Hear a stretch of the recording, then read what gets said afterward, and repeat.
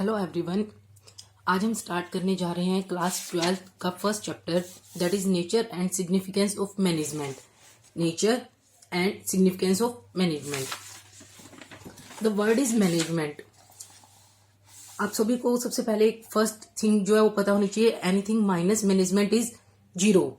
Means without management you are doing anything will be zero. ये आपके लिए सबसे इंपॉर्टेंट चीज है, यही इसकी इंपॉर्टेंस, ऑब्जेक्टिव, सब कुछ आपको ये चीज बता रही है कि आप अगर कुछ भी कर रहे हैं उसमें से अगर आपने मैनेजमेंट माइनस कर दिया तो वो क्या हो जाएगा आपके लिए, वो काम आपके लिए जीरो बन जाएगा। तो हम मैनेजमेंट के कंसेप्ट को पढ़ लेते हैं थोड़ा बहुत। मैनेजमेंट क्या है? जब हम अकेले कोई काम कर रहे होते हैं, हमें थोड़ा चाहिए होता है कि कोई और किसी काम में हमारी हेल्प कर दे, किसी और एक्टिविटीज को वो संभाल ले।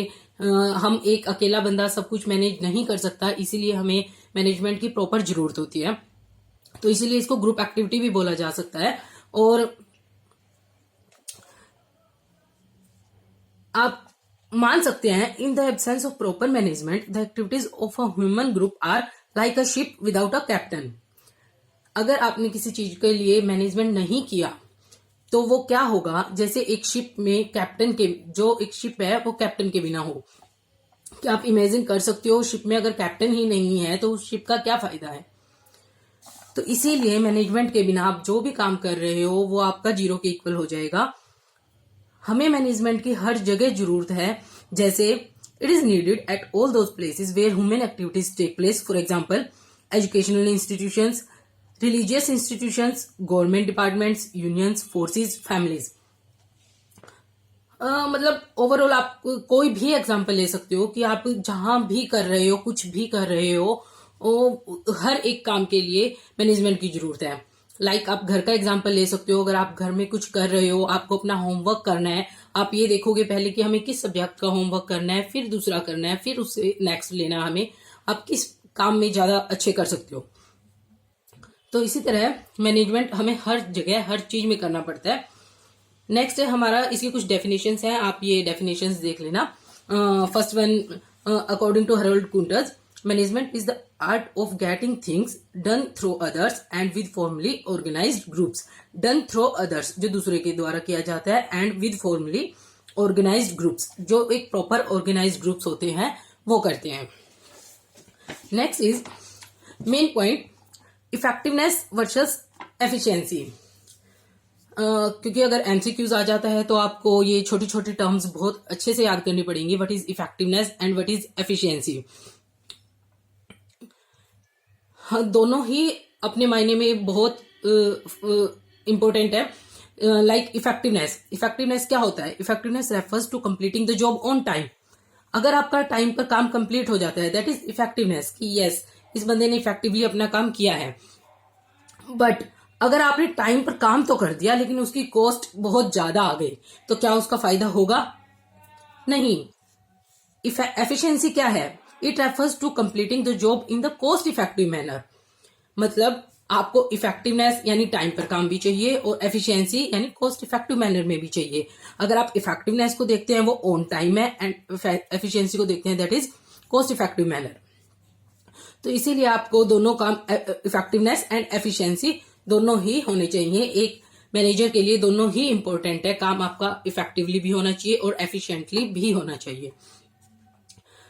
आपको एमसीक्यूज के वे से अगर आ जाता है कि आपका अगर काम ऑन टाइम पर है, कॉस्ट मैटर नहीं करती है, तो आप क्या लोगे उसके अंदर? That is effectiveness. और अगर ओनली कॉस्ट इफेक्टिव मैनर है, that is efficiency. Now features of management.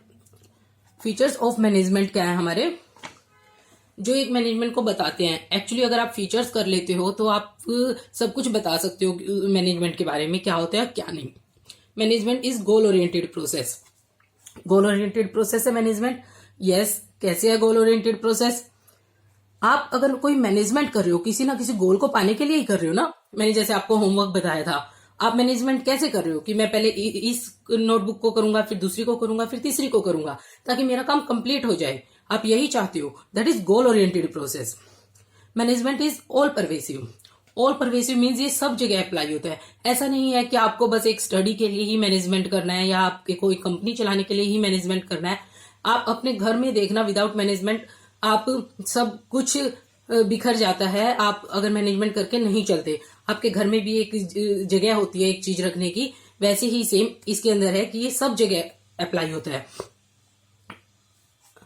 जैसे इकोनॉमिक, सोशल एंड पॉलिटिकल, ये डिफरेंट टाइप की एक्टिविटीज हैं, यहां सब जगह ये अप्लाई होता है।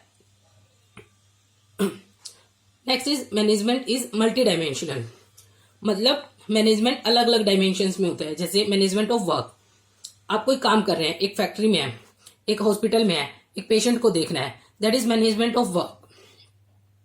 मैनेजमेंट ऑफ पीपल, मान लो आप आधार कार्ड बनवाने चले गए, वहां लाइन लगी हुई है, आप कभी कोई आगे आ जा रहा है, कभी कोई आगे आए जा रहा है, क्या आप ऐसे आधार कार्ड बनवा पाओगे? नहीं। तो पीपल का मैनेजमेंट करना पड़ेगा। जिसने पहले रजिस्ट्रेशन करवाया है उसका पहले हो जाएगा, जिसने बाद में करवाया है वो सेकंड नंबर पर होगा। तो इसलिए मैनेजमेंट ऑफ पीपल भी बहुत जरूरी है।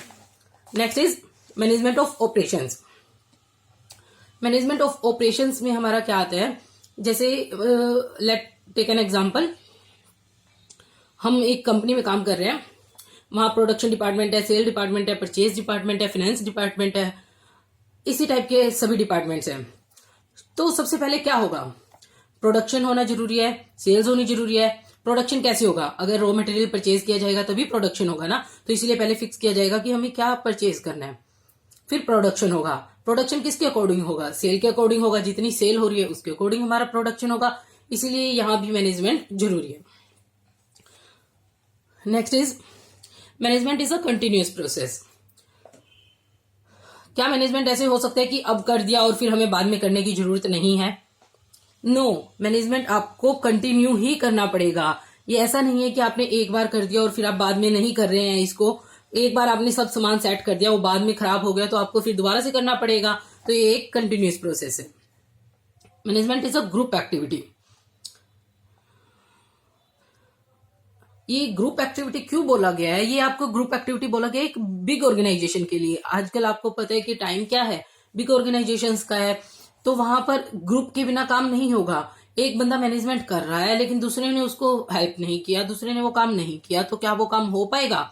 नहीं हो पाएगा। तो इसीलिए बिग ऑर्गेनाइजेशन में ज्यादा मैनेजर की भी जरूरत होती है, अच्छे मैनेजमेंट की भी जरूरत होती है, और सभी को उसमें हेल्प करनी होती है।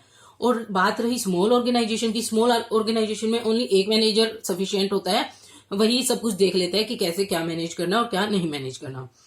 Management is a dynamic function. Dynamic means जो चेंज होता रहता है। जैसे आपको पता ही है कि हमारा जो चेंजिंग इन्वायरमेंट है उसमें हमें सरवाइव करना होता है। अभी कुछ चीज थी, फिर बाद में कुछ चीज हो गई है। आप घर में भी जैसे कुछ नई चीज ले आए तो उसके लिए आपको जगह बनानी पड़ेगी ना, तो वैसे ही सेम है। अगर हमारे सोसाइटी में कुछ अलग चेंज हो रहा है तो हमें उसके अकॉर्डिंग मैनेज करना पड़ेगा। तो ये एक डायनेमिक फंक्शन है। ऐसा नहीं है कि आपने कोई एक चीज पहले एक जगह रख रखी थी तो क्या वो वहीं पर रखी रहेगी। अगर कुछ नई चीज ला रहे हो तो उसका दूसरी जगह अरेंजमेंट करना पड़ेगा, इसीलिए ये एक डायनेमिक फंक्शन है। नेक्स्ट वन इज लाइक जैसे एक एग्जांपल दे रखा है इन्होंने मैकडोनल्ड्स का। उन्होंने अपना मेन्यू कार्ड बनाया हुआ था।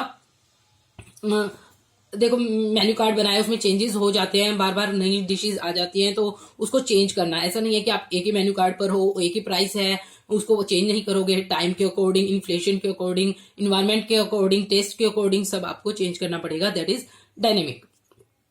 Management is an intangible force. यह है एक इंटेंजिबल जिसको आप टच नहीं कर सकते।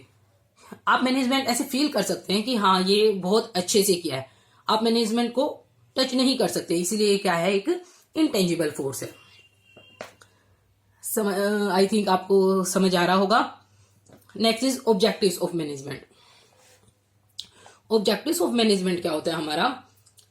ऑब्जेक्टिव ऑफ मैनेजमेंट को इन्होंने 3 कैटेगरीज में डिवाइड किया हुआ है। That first one is organisational objectives, second social objectives and third one is personal objectives.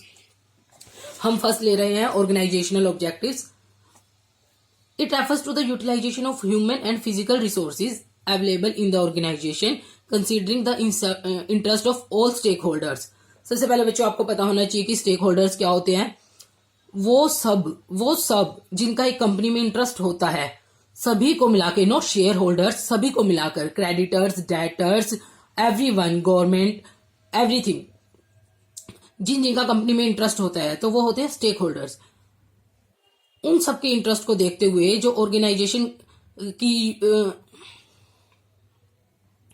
Organisation को हेल्प करता है, दैट इज ऑर्गेनाइजेशनल ऑब्जेक्टिव। देखिए कैसे, सर्वाइवल। ऑर्गेनाइजेशनल ऑब्जेक्टिव में फर्स्ट पॉइंट है हमारा सर्वाइवल। सर्वाइवल कैसे होता है, अगर आप चाहते हैं कि हमारी ऑर्गेनाइजेशन लॉन्ग टाइम तक सर्वाइव करे, लॉन्ग टाइम तक सर्वाइव करने के लिए आपको मैनेजमेंट अच्छा होना चाहिए आपका। अगर आप मैनेजमेंट प्रॉपर करके रखते हैं तो वो आपका आगे टाइम तक चलेगा, नहीं तो वो वहीं पर स्टॉप हो जाएगा। Next is profit. आपको पता ही है ऑर्गेनाइजेशन किस लिए सेटअप होती है, प्रॉफिट अर्न करने के लिए। तो अगर प्रॉफिट इसका एक इंपॉर्टेंट रोल है, मैनेजमेंट क्यों किया जाता है, मैनेजमेंट इस तरीके से किया जाता है, ऐसे किया जाता है ताकि आपको इतना प्रॉफिट हो जाए कि आप अपने बिजनेस को प्रॉपर अच्छे तरीके से चला सके। एडिक्वेट प्रॉफिट आपको प्राप्त होना चाहिए उससे। Next is growth. Growth, every business wants to grow. हर कोई ग्रो करना चाहता है, आपको पता ही है। हर कोई चाहता है कि हमारी ज्यादा से ज्यादा तरक्की हो, हम ज्यादा से ज्यादा अर्न करें, ज्यादा टाइम तक रहें। इसलिए जो ग्रोथ है वो बिजनेस की कैसे पॉसिबल है, जब आप एक अच्छे से मैनेजमेंट करोगे तभी पॉसिबल है। Next, social objective. अब आप सोच रहे होगी कि मैनेजमेंट का सोशल ऑब्जेक्टिव से क्या मतलब है। देखिए, अगर मैनेजमेंट हो रहा है तो मैनेजर की जरूरत है। मैनेजर एक सोसाइटी में से बिलोंग करता है, उसको एम्प्लॉयमेंट होगा उसके लिए। अगर आप अच्छे से मैनेजमेंट कर रहे हो, सोसाइटी के लिए क्या फायदा है, अच्छे से मैनेज होगा, हमें जो प्रॉपर प्लेस पर जिस टाइप से पर्सन चाहिए उस टाइप से आ जाएगा, हमें एजुकेशन फैसिलिटीज दे पाएंगे, हम एम्प्लॉयमेंट फैसिलिटीज दे पाएंगे। और अगर आपने अच्छे से मैनेजमेंट किया है तो जो इन्वायरमेंट है हमारा, हम उसको सेव कर पाएंगे। कैसे, आपको पता है कि आपको क्या चीज करनी है, कहाँ पोल्यूशन हो रहा है, आपको उससे कैसे बचना है, उसको कैसे दूर एरिया में लेकर जाना है, तो आपको इन्वायरमेंट को पोल्यूट होने से आप बचा सकते हैं। मैनेजमेंट और किस चीज में हेल्प करता है, हमारा स्टैंडर्ड ऑफ लिविंग। अगर कोई चीज आप अच्छे से मैनेज कर रहे हो, आप खुद ही देखिए, जब आप कभी तैयार होते हो, अगर आप प्रॉपर अच्छे से सब चीज सही तरीके से सेट की हुई है तो आप खुद ही को लगेगा yes you are looking good. Then that is management हमारी किस में हेल्प करता है, स्टैंडर्ड ऑफ लिविंग में। बच्चों, मैं आपको एक बात बताना चाहती हूँ, जब भी आपका सोशल ऑब्जेक्टिव आता है, सोसाइटी से रिलेटेड 2-3 चीजें ही होती हैं। सोसाइटी से रिलेटेड एक employment opportunities, second is environment हमारा सही होना चाहिए, third is standard of living. ये 3 चीज तो आपकी ऐसी होती है जो हमेशा आएंगी ही आएंगी सोशल ऑब्जेक्टिव में। तो आप इन चीजों को तो हमेशा याद ही रखना, जब भी कहीं भी सोशल ऑब्जेक्टिव आ जाता है तो हमें इन चीजों को डालना ही है उसके अंदर। Next is personal objective. Personal objective में हमारा क्या आएगा, जो ऑर्गेनाइजेशन के एम्प्लॉयज हैं, उनको क्या फायदा होता है इससे, उनकी क्या होती है फाइनेंशियल नीड्स। अगर मैनेजमेंट अच्छे से होगा, प्रॉफिट अच्छे से होगा, उनको सैलरी अच्छे से मिलेगी। सैलरी दूसरे जो कंपनी अच्छा मैनेजमेंट करेगी उस कंपनी में ज्यादा प्रॉफिट होगा, वो अपने एम्प्लॉयज को उतनी अच्छे से सैलरी दे पाएगी। सोशल नीड्स, अच्छी सैलरी होगी, अच्छी कंपनी में आप काम करोगे, वहां का मैनेजमेंट अच्छा होगा तो आपको रिकॉग्निशन होगा, आपके पीयर ग्रुप्स अच्छे होंगे, आपकी सोशल नीड्स पूरी हो जाएगी, आपका पता चलेगा यस ये उस कंपनी में काम करता है, वहां मैनेजमेंट अच्छा होता है, इस टाइप से। Next is higher level needs. Higher level needs क्या होती है, आप अपनी डेवलपमेंट कर सकते हो। जब मैनेजमेंट अच्छा होता है तो आप अपने तरीके से सोच सकते हो, आपकी पर्सनल डेवलपमेंट हो जाएगी उसके अंदर, दैट इज पर्सनल ऑब्जेक्टिव। ये थे हमारे ऑब्जेक्टिव्स। अब हम आ रहे हैं इंपॉर्टेंस ऑफ मैनेजमेंट पर। मैंने आपको पहले ही बताया था, anything minus management is equal to 0। यही आपको इंपॉर्टेंस बता रहा है मैनेजमेंट की। अगर मैनेजमेंट आपने माइनस कर दिया तो सब कुछ 0 हो जाता है, कोई भी चीज 0 हो गई तो बाकी बचा क्या। तो इसीलिए मैनेजमेंट हमारे लिए मोस्ट इंपॉर्टेंट है। फिर भी हमें तो एक प्रॉपर वे से करना है, तो हमें उसके पॉइंट निकालने होंगे, पॉइंट करने होंगे। First one is management helps in achieving group goals. हमारे जो गोल्स होते हैं मैनेजमेंट उसमें हेल्प करता है। अभी हमने किया था कि एक गोल ओरिएंटेड प्रोसेस है, एक गोल अचीव करने के लिए किया जाता है, तो ये हमारा किसमें हेल्प करता है, गोल अचीव करने में। Management increases efficiency. अगर प्रॉपर मैनेजमेंट किया गया है, आपको एक काम दिया गया है, आप उसको 1 बार करोगे, 2 बार करोगे, 3 बार करोगे, आप उस चीज में इतने एफिशिएंट हो जाओगे कि आप उसको बहुत अच्छे तरीके से कर पाओगे। Next is management creates a dynamic organisation. Management क्या क्रिएट करता है, एक डायनेमिक ऑर्गेनाइजेशन। अगर आपने मैनेजमेंट किया है तो आपने कुछ सोच समझ कर उसको किया है, यानी पहले का भी सोचा है, बाद का भी सोचा है। तो अगर कुछ चेंज करना पड़ गया, डायनेमिक मतलब कुछ चेंज करना पड़ जाए, अगर हमें कुछ चेंज करना पड़ गया तो हम इजीली उसको चेंज कर सकते हैं, हमारी ऑर्गेनाइजेशन उससे इफेक्ट नहीं होगी। इसीलिए मैनेजमेंट बहुत ज्यादा इंपॉर्टेंट है।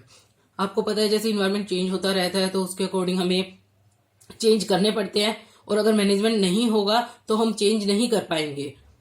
Management helps in achieving personal objective. अभी हमने इसका पर्सनल ऑब्जेक्टिव पढ़ा है, तो ये उसको हेल्प करता है हमें अचीव करने में। Management helps in development of society. अभी हमने सोशल ऑब्जेक्टिव भी पढ़ा है, तो आप इसको डायरेक्ट कर सकते हैं। जैसे सोशल ऑब्जेक्टिव पढ़ा है, सोसाइटी को क्या हेल्प करता है, ये पर्सनल ऑब्जेक्टिव पर्सनली हमें क्या हेल्प करता है, ऑर्गेनाइजेशन को क्या हेल्प करता है। मीन्स जो 3 आपके जो ऑब्जेक्टिव थे वो तीनों तो हमारे यहाँ मैंने इंपॉर्टेंस में भी आ गए। आपको इसलिए अलग करने की जरूरत नहीं है, ये आपस में सभी इंटररिलेटेड है। ये आपके हो गए इंपॉर्टेंस ऑफ मैनेजमेंट। ये आपका फर्स्ट चैप्टर, उसका 1.1 एक्सरसाइज आपकी कंप्लीट हो चुकी है। नेक्स्ट वीडियो में हम आप करेंगे नेक्स्ट एक्सरसाइज। Thank you.